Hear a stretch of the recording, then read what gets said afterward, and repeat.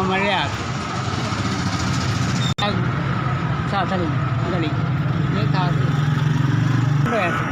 accident होया sir motorcycle accident होया सी तो 5 साल हो गए मैं काम नहीं कर माँ का प्रेशर होया पट्ठे कमजोरी हो गई तो मेरे 2 छोटे बेटे ने मैं मजदूर आदमी हाँ 5 साल तो जरा रब तो सवा कोई आसरा नहीं मेरा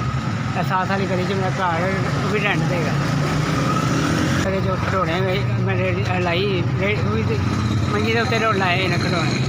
200 बचता गुजारा कर लिया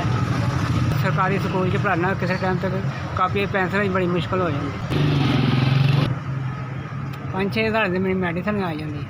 दिमाग की क्योंकि ऑपरेशन की हुई दिमाग की दवाई वगैरह डॉक्टर की बड़ा होगा उत्थे एक फाल का अटैक होया एक किस्म टाइम से बांह जी कम मंडी से पढ़ना था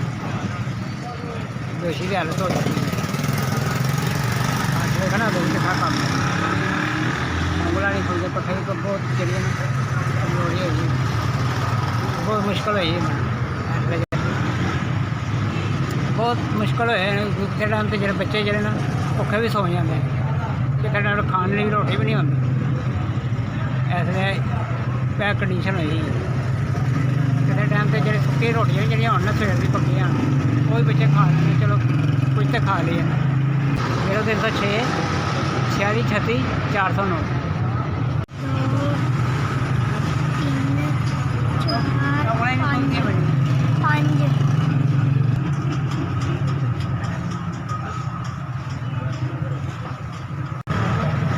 जिन्हें भेजे ने पैसे अल्लाह ताला जिंदगी से तंदुरुस्ती देवे अल्लाह पाक और दे पता नहीं लग देवे जिन्हें भी पैसे भेजे थोड़ा 5,000 रुपये मन मिल गया अल्लाह पाक जिंदगी से तंदुरुस्ती देवे SPS साड़ी बहुत मेहरबानी तुम पैसे मेरे तक पहुँचाए ने